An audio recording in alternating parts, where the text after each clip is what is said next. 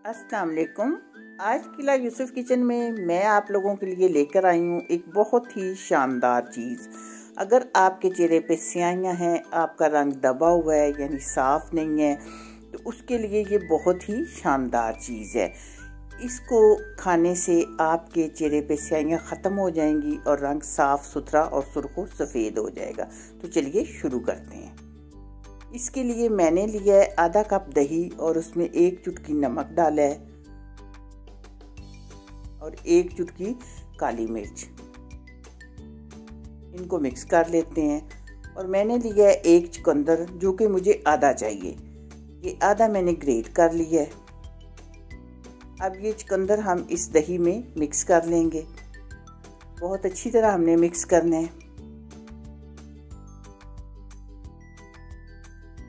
ये चुकंदर वाला दही हमारा तैयार हो चुका है।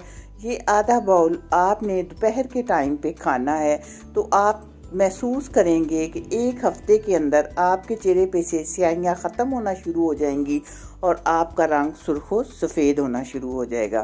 तो मुझे आपने ज़रूर बताना है कि मेरी ये वीडियो आपको कैसी लगी है। वीडियो अच्छी लगे लाइक शेयर और चैनल को सब्सक्राइब कीजिएगा। दुआओं में याद रखिएगा।